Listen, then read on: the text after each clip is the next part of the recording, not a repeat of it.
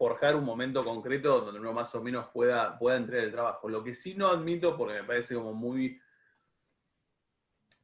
trucho, es que de repente, no sé, yo en una semana les corrijo los trabajos y en una semana un X de ustedes que por ahí no entregó, entrega el trabajo. Es como no. O sea, si yo ya corregí, te lo puedo admitir un día más, no hay mucho drama, pero si yo ya corregí los trabajos y empecé a devolverlos, no me parece justo que te admita el trabajo, básicamente. Porque Ok. es como una especie de ayuda que no ha tenido el resto, básicamente. Pero después sí, hoy, lo ideal es hoy.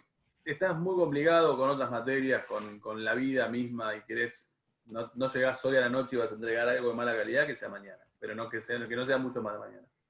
Bueno, ¿Mm? gracias. Nada. Profe, Martín Portinari no se puede conectar porque dijo que no le cargaba. Como que le aparece un cartel que no se puede unir, no sé. Gaby, ¿sabés de qué se trata esto? No tenés ni idea, ¿no? No, No, no, yo no, no. tampoco. Bueno, Tiene problemas para unirse. decir que lo intente de vuelta. Ayer hubo en el otro Sí. colegio, hubo también un par de veces que les pasó eso a un par de chicos y después mágicamente se pudieron conectar y no toqué yo nada y ellos tampoco. Debe ser que esta aplicación, pobrecita, tiene 3 millones de personas por hora conectadas. Sí, ahí estoy intentando de vuelta. Sí, entiendo que se va a poder conectar, pero si no, decirle que de última está grabado, así que no se preocupe y que ya Gaby sabe que está queriendo, pero que no puede. Bien, muchachos, nos vamos concretamente a lo nuestro, a ver si podemos seguir mejorando un poco esto que hablábamos de Irigoyen la clase pasada, básicamente.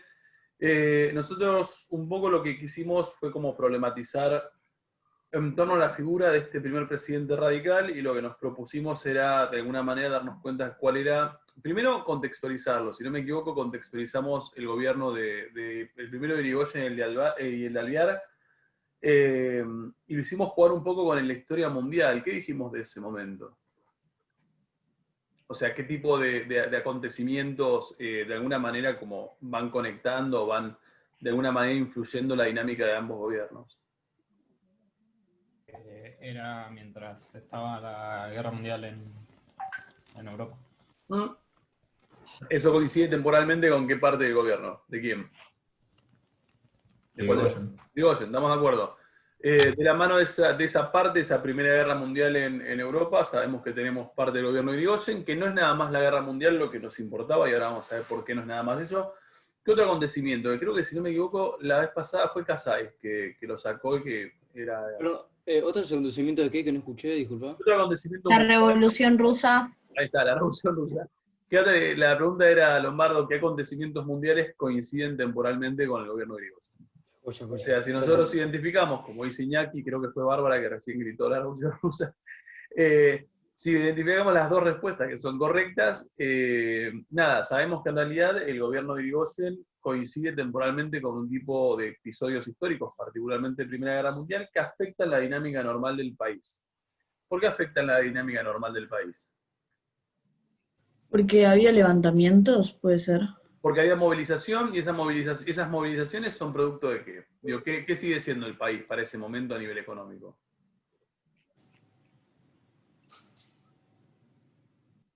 Que seguía el modelo Agroexportador, estamos de acuerdo, agroexportador. Entonces, si es agroexportador, cualquier elemento que de alguna manera rompa con esa demanda natural que tiene la Argentina de países de regiones, perdón, como Europa, obviamente te van a afectar. Te van a afectar porque tu crecimiento económico depende de que a vos te sigan comprando.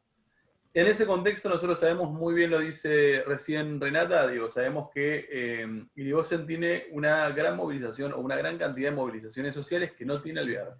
¿Por qué no tiene Alvear? ¿Con qué coincide Alvear cuando lo ubicamos allá por el 22 gobernando a la Argentina? 22, 23. Europa mejora, hay una Perdón. mejora económica en Europa. Bien, con la mejora económica europea. Estamos, o sea, a medida que se recupera económicamente Europa, obviamente en la Argentina se normaliza ese flujo de comercio, básicamente, y lo que tenés es un grupo social mucho más feliz, o por lo menos no tan conflictivo como el de Irigoyen. Nosotros dijimos que, vamos para atrás y recupero lo que nos dice Martucci, dijimos que, bueno, sí, hay un montón de levantamientos obreros que enfrenta Irigoyen. La pregunta es, ¿cuál era la actitud que este presidente radical tomaba frente a ellos? ¿Por qué no los reprimía a palazos como lo hacía el régimen conservador? Porque necesitaba el voto. Bien, Como ya no había más fraude, entonces necesitaba que la gente lo vote. bien, estamos recontra de acuerdo. Necesitaba de alguna manera mantener, a ver, no sé si necesitaba el voto, pero sí yo entendí, de acuerdo con vos, es consciente que ahora toda esa gente vota y que vos no podés reproducirte por fraude, entonces de alguna manera lo que intentás hacer es, eh, nada, si sabes que los vas a reprimir, porque sí, a todos ellos, y nada, vas a perder a un grupo muy grande de la sociedad argentina que no va a estar dispuesto a votarte. ¿De qué dependía entonces? Nosotros dijimos que Irigoyen entonces oscila o va cambiando su postura de acuerdo a diferentes factores. ¿Cuáles eran esos factores? Puede ser los anarquistas, los socialistas y los sindicalistas, Bien, no me acuerdo. ¿A que qué había quedado que con los sindicalistas negociaba, refieren? con los socialistas y los anarquistas los reprimía. Totalmente. Puntualmente, ¿a quién te parece, Lombardo, que reprimen más de los tres? Y si yo te diría a los socialistas. Bien, no, está mal. ¿Anarquistas? Está mal. ¿Por qué a los anarquistas? Porque es De la lo extrema más izquierda. la posición más Bien, porque extrema. ahí está, porque es la posición más extrema. Coincido con Iñaki, es la posición más extrema, más antidialoguista y obviamente, digo, ellos mismos básicamente parten del supuesto de que no es necesario ni siquiera negociar. Bien, estamos de acuerdo. Ese es un primer elemento. Un segundo elemento,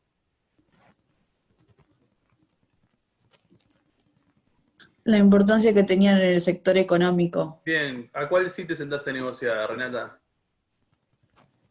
No sé.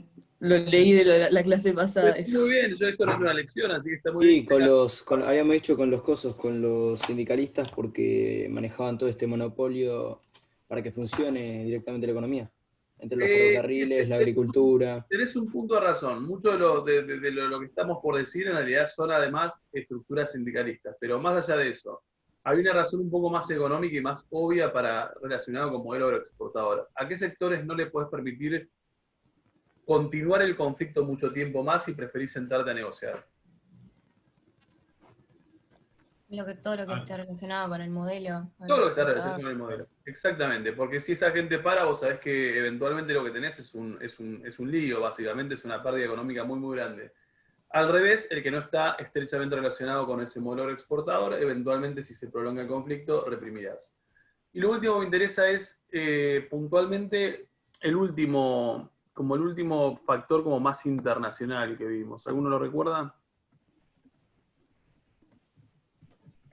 Como todo lo de la Revolución Rusa, porque los empezaban a oprimir por miedo a que como ellos también hagan lo mismo, digamos. Exactamente. A ver, ahí está la respuesta ahí por Renata, porque yo estaba buscando algo por Google. Sí, por Sí. Renata lo reconocí la voz. Sí, coincido con lo que dice Renata. Si la movilización es pre o post Revolución Rusa, y nosotros dijimos no pensemos 1917, pensemos 18, 19, ahí se vuelve un poco más complicado, porque cualquier tipo de levantamiento o huelga medianamente grande de obreros puede ser interpretada como un potencial revolución rusa, pero en Argentina. Y obviamente las clases propietarias muy, muy eh, precavidas de esto, lo que van a intentar hacer es que se haga algo al respecto para que se derribe, en este caso, el movimiento. Bien, entonces ahí teníamos los tres factores que me importaban que ustedes identifiquen en pos de ver de qué manera actuaba Irigoyen y por qué hacía lo que hacía. Dentro de los episodios que tenemos o que son emblemáticos de la política de Irigoyen, tenemos un par de levantamientos realmente muy importantes. Uno, yo creo que les pedí que buscaran información, puede ser de Semana Trágica y Patagonia Rebelde. La semana trágica, sí, los Semana dos. Trágica, Patagonia Rebelde, ¿no? Sí, creo que sí. Yo la tengo anotada igual. Bien, dale, a ver, Lucho, ¿buscaste algo? De Semana Trágica. Ah, dale, Semana Trágica. Fue un, ¿cómo lo podría decir? ¿Una masacre? ¿Se puede Sí, decir? sí, No sé si tan masacre, pero Sí. asesinaron a lo que ellos llamaban rusos, que en realidad eran judíos, en 1919, y creo que Juan B. Justo había formado parte de este movimiento. En sí era gente que formaba parte de una fábrica, no me acuerdo, pero no sé bien cuál era el conflicto principal de por qué se llevó a cabo la masacre. Bien, en realidad tiene una multicausalidad. Sí, estamos de acuerdo. Pará, vamos a hacer una cosa. Todo esto que nosotros tenemos en la cabeza, todo lo que es como información de cuando... A ver, la cuestión como del cambio de la dinámica económica durante el gobierno de Irigoyen, los factores que llevan a que repriman o no. Yo les paso esto, tienen, no sé, serán 3 minutos, 4 minutos lo que me importan. Veamos si se condicen con lo que venimos diciendo. Esperen que busco el video, lo tengo por acá. O sea, si se condice en el sentido de si coincide con lo que nosotros venimos como manifestando, ¿no? En relación a las razones por las cuales se reprime o no. Me dicen, entendería que se escucha, pero por las dudas. ¿Escucha? Martes 7 de enero de 1919. Es verano en Buenos Aires. Salvo los niños, en la ciudad todos visten riguroso largo. La moda y las normas de la decencia no admiten mangas cortas ni faldas por la rodilla. Los que pueden, es decir, las familias pudientes, preparan sus vacaciones en Mar del Plata. Otros van a refrescarse a los balnearios de la costanera porteña.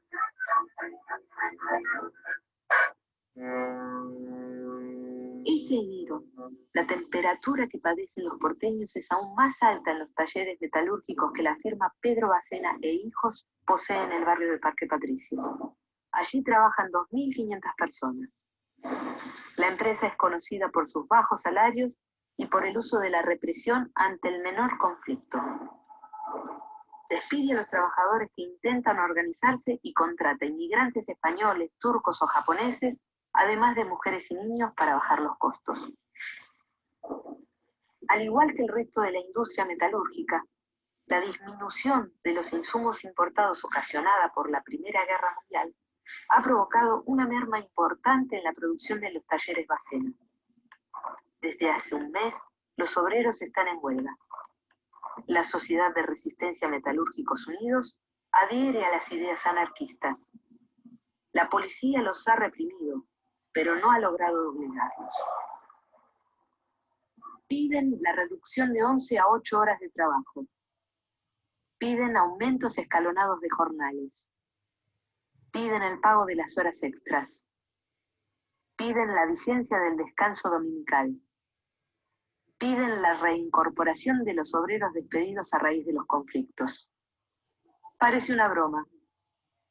La patronal exige al Ministerio del Interior protección contra los obreros y contrata a más de 300 rompehuelgas.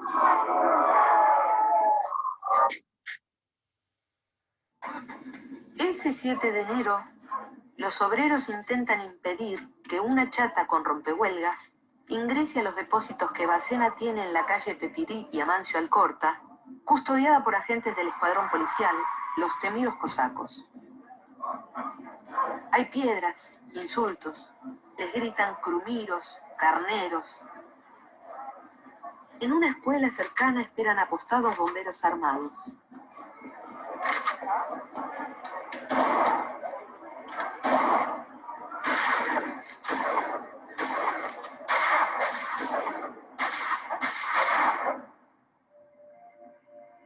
Mueren 5 personas. Manuel Britos, el español Toribio Barrios, de un sablazo en la cabeza, Santiago Gómez, una bala de Mauser en el cráneo, Juan Fiorini, de 16 años, un proyectil le atraviesa el pecho mientras toma mate en el patio de su casa. Eduardo Basualdo, herido de bala, muere a la mañana siguiente en el hospital. Los primeros muertos de la semana de enero tienen nombre y apellido. Ninguno de ellos pertenece al movimiento huelguista.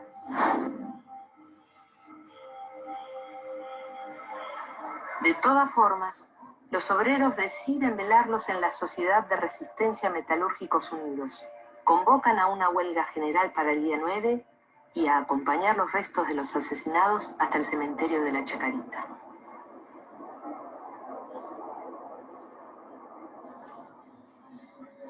Hipólito Yrigoyen.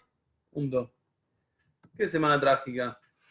Obviamente esto se reproduce un par de días más y tenés un centenar de... Creo que no se sabe todavía con exactitud cuántos son la cantidad de muertos en el episodio. Pero bien, a ver, vamos de vuelta a la cuestión de semana trágica. Primero, y creo que es lo único que les preguntaría, ¿qué elementos de los que nosotros vimos coincidiría con lo que sucede con Semana Trágica.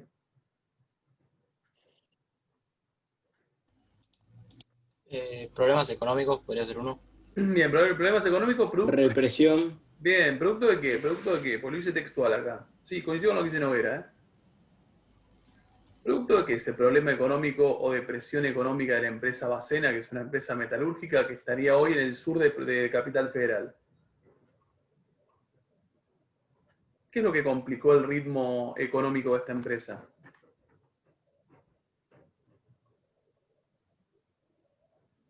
Mate. ¿Qué dice al principio? ¿Qué es lo que genera ese nivel de inestabilidad y de recortes y de bla, bla, bla? ¿Qué le pasó con los insumos? ¿De dónde vienen los insumos y ya no vienen? Puede ser la situación después de la Guerra Mundial. Exactamente. De hecho dice literalmente que la Primera Guerra Mundial, pensemos que esto es 1919, enero del 19. Quiere decir que la Primera Guerra Mundial terminó hace nada, estamos un par de semanas atrás.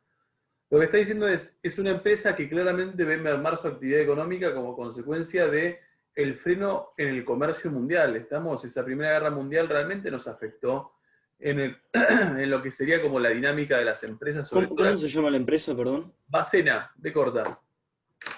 A ver, realmente es una empresa que ve cómo frenar su actividad, o por lo menos ve frenar esa dinámica normal, producto de que muchos insumos que venían de Europa no llegan.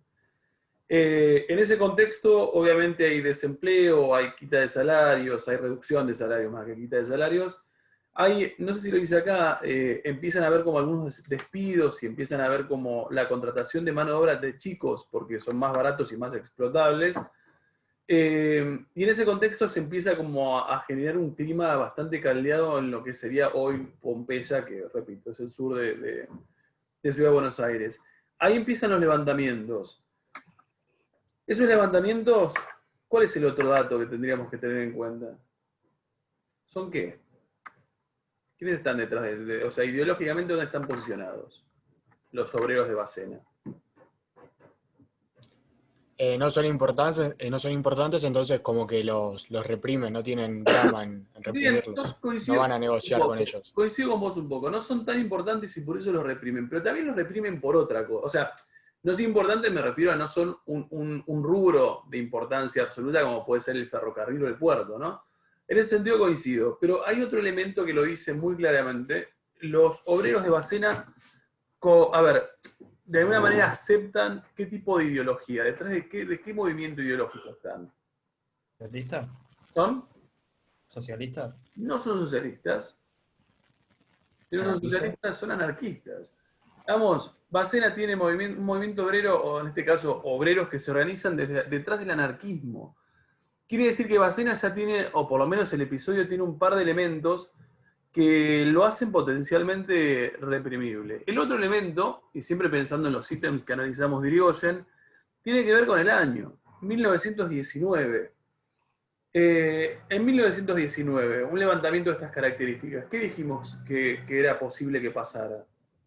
Como la Revolución Rusa. Revolución Rusa, estamos, o sea, que se piense o que te fogoneen un sector. A ver, si nosotros pensamos que el levantamiento de Bacena es realmente un levantamiento de un centenar, y estoy diciendo un centenar y es un montón, de un grupo relativamente mediano de gente en lo que hoy es Nueva Pompeya, en el sur de Ciudad de Buenos Aires, en realidad estamos a años luz de una revolución como la rusa.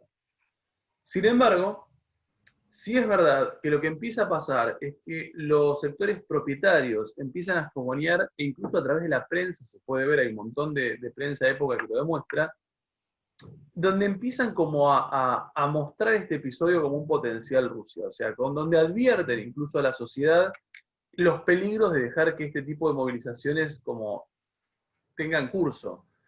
Y lo que esperan, de alguna manera, y de esa manera presionan a Irigoyen para que haga, es que actúe. Básicamente el mensaje es, loco, actúa vos, o alguien eventualmente va a actuar porque alguien tiene que frenar esta ola de movilizaciones. Y lo que se forma específicamente en el contexto de Liga Patriótica es, acá en el pequeño documental aparecen como rompehuelgas, pero bueno, básicamente son eso. Tiene que ver con una pequeña, una organización que después desaparecerá de la historia, pero que en realidad uno la puede ver. Es más, este es su como su escudo, su logo, que es la Liga Patriótica Argentina. Liga Patriótica Argentina, muy parecido, todos los escudos de Argentina a mí siempre me parecen muy parecidos, no sé ustedes, pero lo fundamental de la Liga Patriótica Argentina es verlos como, bueno, es un poco chica la imagen, a ver si es un poco más grande esta. A ver, la Liga Patriótica Argentina, si uno mira, es obviamente para nosotros muy, muy antiguo este tipo de autos, pero para ellos obviamente autos último modelo. Estamos hablando de estos Ford como muy, muy viejos. Fíjense, a ver, no sé si se logra ver concretamente, a ver, lo vemos en esta imagen. ¿Qué vemos en esta imagen? Parte de una buena foto de Liga Patriótica Argentina. A ver si lo podemos ampliar. Están todos contentos. No, bueno, están todos contentos, eso es verdad, están todos contentos. Eso, igual es una foto, así que en la foto hay que sonreír. Pero ¿qué es lo que ven además? Me parece que están hechos para meter poder, presión más que nada. ¿Están hechos para meter presión? ¿Cómo te das cuenta que están hechos para meter presión? Y como llevan armas y como están armados hasta los dientes. Ponen su figura. Bien, estamos de acuerdo. Estamos hablando de un grupo armado. Segundo, que no me parece una pregunta menor. Si yo les bajo esta imagen, que en realidad obviamente siempre hay que pensarla en la década casi del 20, hay que pensar que las formas de vestir obviamente son muy diferentes a las nuestras actuales, digo, pero esta gente que está ahí en ese Forte o Forca, no, Forca no, Forte, el caso actual, es el actual, en ese Ford, en ese auto. ¿Son gente de qué clase social? De buena posición económica. Alta. Vamos, es gente bien. ¿Cómo te das cuenta de buena posición económica? Y Porque van traje. vestidos, porque tienen un El auto. cigarro también. Bien, sí, yo creo que es un poco todo. El cigarro, la vestimenta es clave, no digo tráfico, plata. Perdón, no escuché.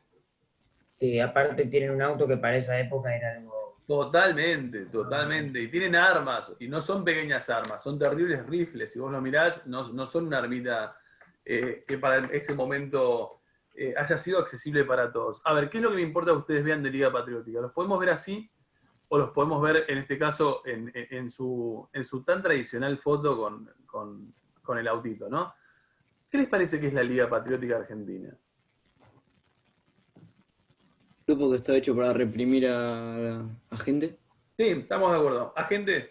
Solamente van por No, a los que están en contra o los que se hacen parecer un peligro para el gobierno.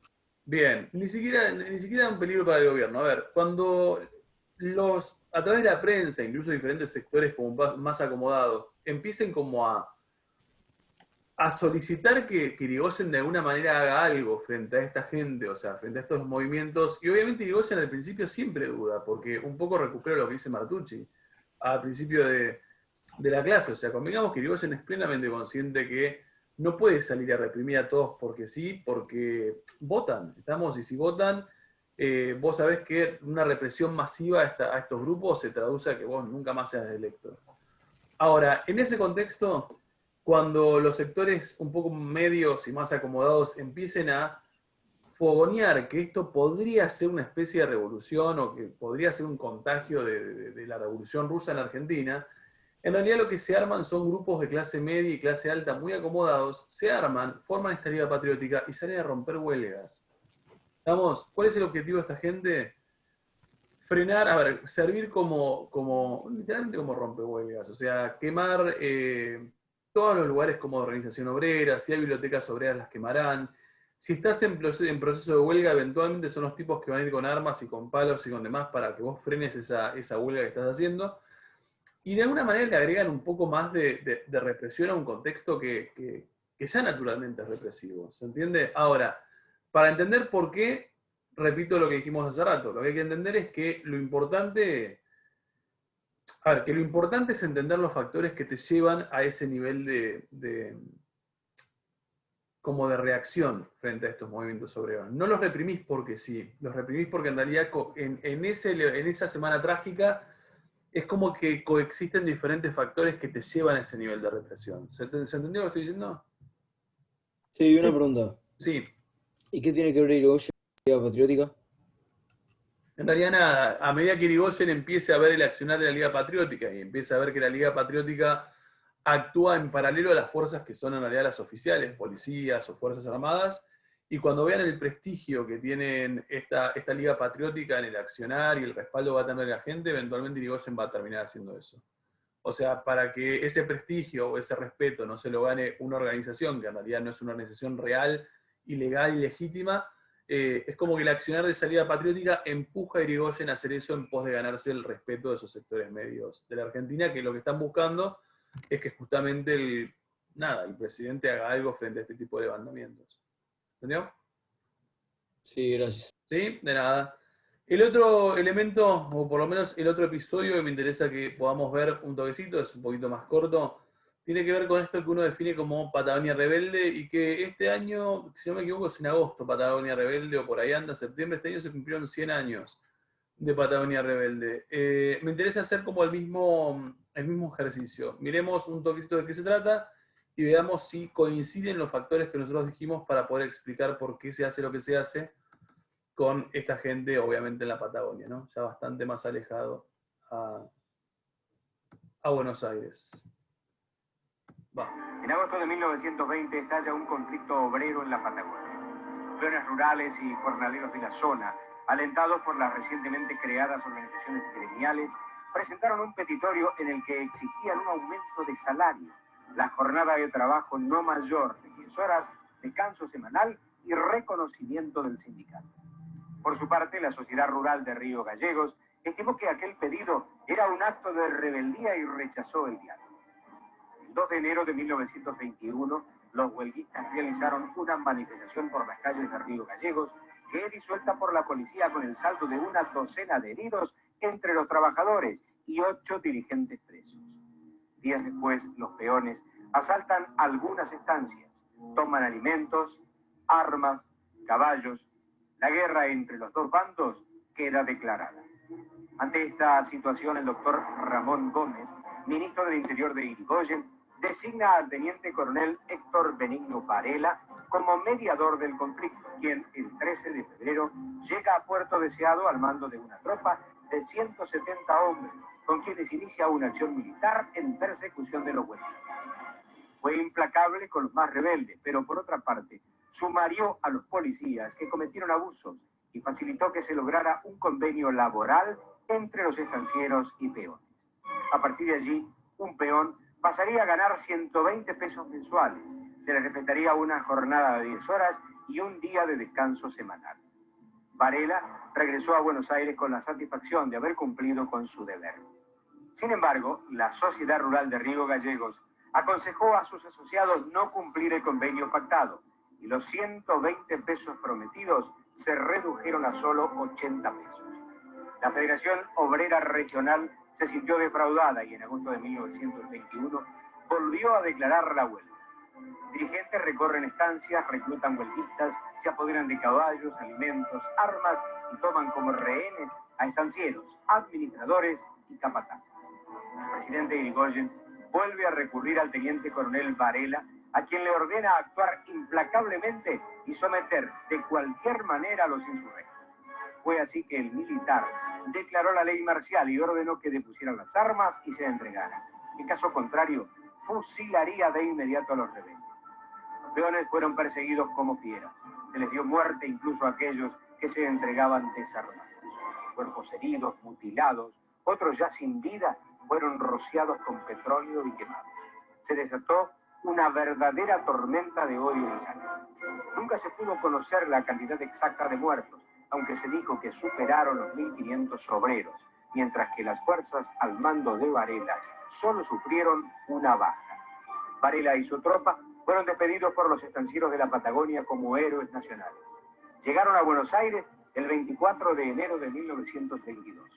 No fueron recibidos por ningún representante del gobierno, ni siquiera por algún miembro de la Sociedad Rural Argentina. Punto. ¿Qué es la Patagonia Rebelde? Otra vez fue por lo mismo, por el tema de la caída económica de la Primera Guerra Mundial. Sí, exactamente. Sí, estamos de acuerdo. Especialmente o sea, se bajó el costo de la lana, creo que había dicho. Y lo que son los obreros empiezan a sufrir despidos y comienzan a reclamar mejores condiciones laborales. Tal cual. O sea, la mejora, el reclamo de mejoras laborales es casi universal para todos los obreros de esta época, ¿no? Digo, en Argentina, por lo menos hasta Perón en el 46, va a tener poca respuesta favorable, digo. Pero sí, en ese sentido coincido con vos. ¿Qué más podemos identificar? El gobierno adjudica a un grupo militar a que vaya, más que nada al ministro del Interior, Irigoyen. ¿Estamos de acuerdo? Para que controle la situación. Sí, estamos de acuerdo. Primero, la primera reacción de Irigoyen, ¿es matarlos a palo? No, se resolvió con un acuerdo donde iban a cobrar más, sin embargo no se cumplió. No se cumple. Y como no se cumplió, reinicia la huelga y como que pasa todo lo mismo de nuevo, nada más que Varela vuelve ahora sí con intención de reprimir totalmente. Tal cual. Y de hecho Patagonia Rebelde yo creo que queda en esos tristes momentos de la historia argentina del siglo XX, donde te mueren miles, creo que aquí dice 1500, yo tenía una cifra un poco más alta, pero bueno, a ver, 1500 es un montón de gente que muere en el contexto de represión por luchar por mejoras laborales. Lo que se me ocurre preguntarles es, en el caso ¿por qué uno podría decir que está bien que haya intentado negociar primero? A ver, en realidad, estoy pensando desde la lógica de Irigoyen, en realidad tendrías que negociar siempre con todos lados, ¿no? O sea, la negociación debería ser para todos, digo, pero en este caso concreto, y siguiendo el planteo, el razonamiento por el cual Irigoyen reprime o no reprime, ¿por qué con este levantamiento estuvo bien que intentara ir primero a negociar? Para evitar lo mismo que había pasado con la Semana Trágica. No, ni siquiera. Estoy pensando desde el punto de vista de rubro económico. ¿Qué dijimos con los rubros económicos? No me acuerdo de que eran los obreros estos. En realidad, toda la parte de Patagonia es toda la parte de lana, ovejas, o sea, en realidad forman parte, te lo respondo yo, forman un poco parte del modelo exportador. Obviamente no será como lo que es la vaca en la pampa o todo lo que tiene que ver con trigo en lo que es la llanura del centro de Buenos Aires, pero sí es verdad que tenés un montón de estancieros que forman parte de ese modelo agroexportador. Y un poco esos peones lo que están haciendo es obstaculizar ese modelo agroexportador, sobre todo lo que tiene que ver con bienes patagónicos. En ese contexto, y para no prolongar el conflicto, Irigoyen originalmente busca negociar. O sea, busca una negociación, busca cerrar el problema, busca que no sea un gran obstáculo, y eventualmente hace todo para lograrlo. Después, obviamente, no se cumple lo negociado y después termina como termina. También es verdad que si uno se pone a pensar, muchos de los muchachos, no sé si lo dice ahí en el video, muchos de estos muchachos también son como están bastante alineados al anarquismo. Entonces eso te lleva también a entender cómo finalmente termina el conflicto. Bien, quería que los vieran más como ejemplos. Me parecía como terrible no poder como marcarlos en esto que ha sido los primeros gobiernos radicales, porque son como fenómenos históricos como muy, muy relevantes para lo que es la historia nacional de esa época. ¿Se entiende un poco esta cuestión de, sí, logran entenderlo? A mí me interesaba, generalmente uno cuando se pone a ver, historiográficamente, de manera un poco más seria, cuando uno analiza la figura de Irigoyen, generalmente hay un montón de cosas de Irigoyen que te hacen como pensarlo como un potencial Perón, pero hay otro montón de cosas, como todos estos episodios, que te demuestran por qué obviamente no pudo ser como Perón, ni se lo propuso, ¿no? Básicamente, para tener finalmente un tipo que gobierne en pos de esa mayoría de gente trabajadora. La verdad que a la Argentina le falta unos 20 y pico años todavía. Pero bien, nada más, nos quedamos con esto, nada más. Lo único que les pido para la clase que viene, que creo que ya se los había pedido, pero no llegamos, les pedí lo de personalismo. ¿Patronazgo? Creo que no. ¿Patronazgo tampoco? Creo que no. Bien, Eso nada. buscan qué son las políticas de patronazgo de Irigoyen, bastante sencillo y se encuentran en cualquier lado. Y buscan el quiebre de la Unión Cívica Radical en personalista y antipersonalista. ¿Qué significa que sea personalista? ¿Y a cuál de los dos líderes radicales se le atribuye la idea de personalismo? O sea Vidal o Irigoyen. ¿Y qué significa que sea antipersonalista? Y con eso avanzamos. Personalista y antipersonalista. Bien. ¿Estamos? Personalismo, Ok. antipersonalismo y políticas de patronazgo. Ok, ¿Estamos? genial. No, muchachos, nos vemos la semana que viene. Manden su el día de hoy en